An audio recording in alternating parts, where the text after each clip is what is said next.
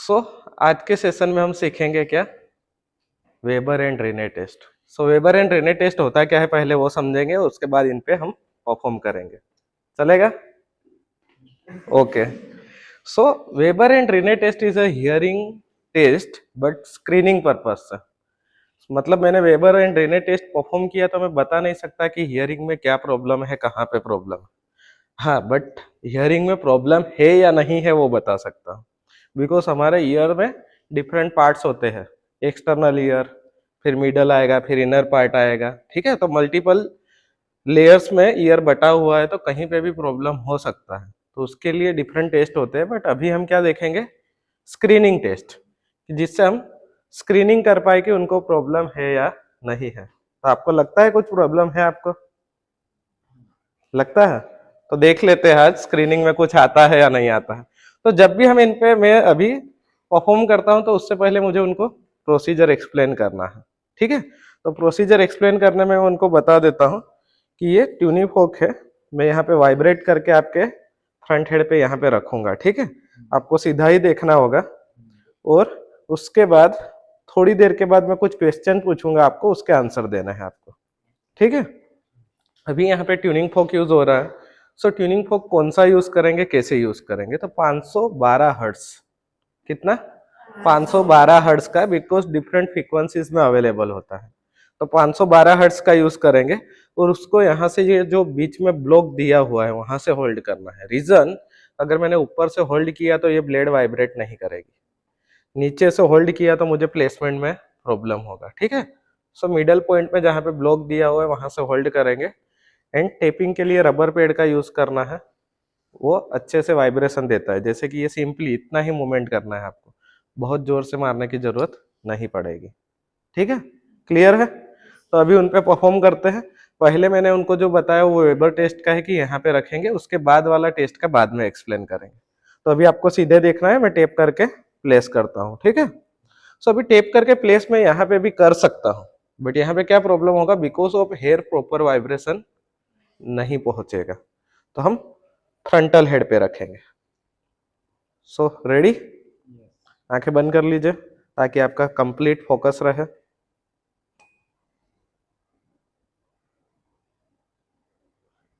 कान के पर्दों पे कुछ वाइब्रेशन फील हुआ? नहीं हुआ तो एक बार और ट्राई कर लेंगे। अभी कुछ ज्यादा कम, ऐसे कुछ दोनों तरफ में सेम हुआ? दोनों तरफ आंखें खोल सकते हो आप। दोनों तरफ सेम रहा या कम ज्यादा रहा? सेम रहा। सो ये क्या था, इनका बोन से कंडक्ट होके वाइब्रेशन होते हुए कहाँ पे गया, टिम्पेनिक मेम्ब्रेन यानी कान का पर्दा। ठीक है, वहां तक गया, तो ये क्या था, बोन कंडक्शन था। और नॉर्मली हम सुनते कहाँ से है, एयर कंडक्शन से। तो अभी इनको तो दोनों तरफ इक्वल सुनाई दिया, मतलब इक्वली वाइब्रेट हुआ, तो कोई इश्यू नहीं है।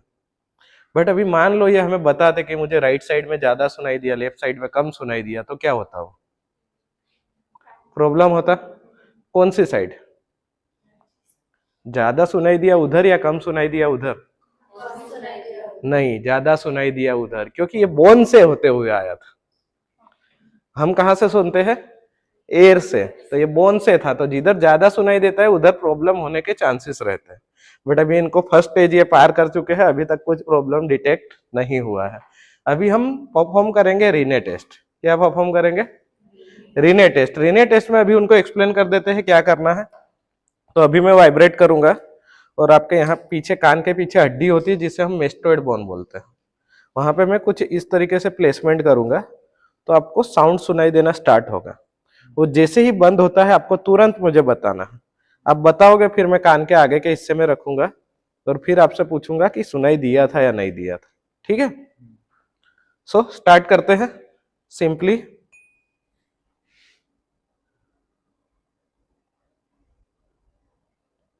क्या हो, बंद हुआ?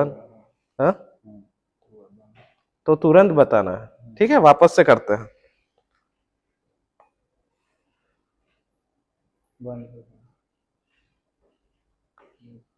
सुनाई दिया बाद में? तो ये क्या बताया कि यहाँ पे हमने प्लेसमेंट किया था, ये क्या था, बोन कंडक्शन, और बाद में हमने रखा एयर कंडक्शन विदाउट वाइब्रेटिंग। मतलब बोन कंडक्शन बंद होने के बाद भी एयर कंडक्शन सुनाई दे रहा था, मतलब इसका क्या मतलब निकाल सकते हैं हम, एयर कंडक्शन ज्यादा है, बोन कंडक्शन कम है। जो होना चाहिए या तो इक्वल होना चाहिए, बट बोन कंडक्शन ज्यादा है, एयर कंडक्शन कम है, ऐसे नहीं होना चाहिए। ठीक है। सो अभी दोनों कान में ये तो परफॉर्म करना पड़ेगा, तो अभी इस तरफ परफॉर्म करेंगे, वापस से आपको बताना है।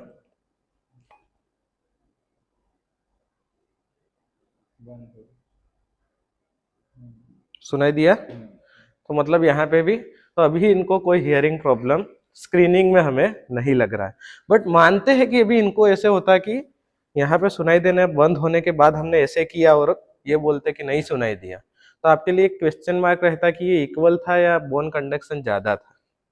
होता है ना, क्योंकि मैं कैसे डिफाइन करूं कि बोन कंडक्शन ज्यादा ही है या इक्वल था, क्योंकि इक्वल होने पर भी यहाँ आने तक में वो क्या हो जाएगा, बंद ही हो जाएगा। तो उसके लिए आपको रिवर्स डायरेक्शन में जाना है। कैसे? तो कि पहले यहाँ टेप करके रखेंगे और जैसे ही बंद होगा उसके बाद हम यहाँ जाएंगे। अभी इनके केस में वो पॉसिबल नहीं है, क्योंकि ये इनको ज्यादा देर तक सुनाई देगा। बाकी वो पर्सन में अगर बंद होने के बाद भी यहाँ गए और उनको सुनाई दिया तो क्या होगा, बोन कंडक्शन ज्यादा है, और नहीं सुनाई दिया तो दोनों इक्वल है। तो इक्वल तक कोई प्रॉब्लम नहीं है, बोन कंडक्शन ज्यादा होना इश्यू है। मतलब कि आप एयर से ज्यादा वेव नहीं कैप्चर कर रहे, बोन कंडक्शन से आपके वेव ज्यादा कैप्चर हो रहा है। क्लियर है? सो पेशेंट को एक्सप्लेन करने के टाइम पे आपने नोटिस किया, मैंने उनको ये नहीं बताया कि किधर ज्यादा सुनाई देता है, कम सुनाई देता है ड्यूरिंग एक्सप्लेनेशन। सिर्फ क्वेश्चन पूछा, क्योंकि वो हमारे रिजल्ट में यूज होगा। तो अगर मैंने वो उनको बता दिया तो वो रिजल्ट मैनिपुलेट कर सकते हैं, बिकॉज हमारा आधा रिजल्ट उनके सब्जेक्टिव डेटा पे है, पूरा ही बोल सकते हैं हम, राइट। सिमिलरली यहाँ पे भी मैंने उनको पहले नहीं बताया कि इसके बाद भी आपको यहाँ पे सुनाई देना चाहिए, अदरवाइज वो हाँ हाँ बोल देते हैं तो क्या होगा, आपका रिजल्ट में एरर आने के चांसेस रहते हैं। तो ये आपको क्लियर होना चाहिए कि पेशेंट को कितना एक्सप्लेन करना है और कितना रिजल्ट पार्ट उनको नहीं बताना है, बिकॉज उनके सारे डेटा पे मैं डिपेंड करता हूँ, वो जो आंसर देंगे उसके बेस पे मुझे आगे बढ़ना है। क्लियर है? कोई डाउट? परफॉर्म कर पाओगे? कर पाओगे? तो अभी बारी बारी से ये परफॉर्म करना रहेगा, ठीक है। Thank you.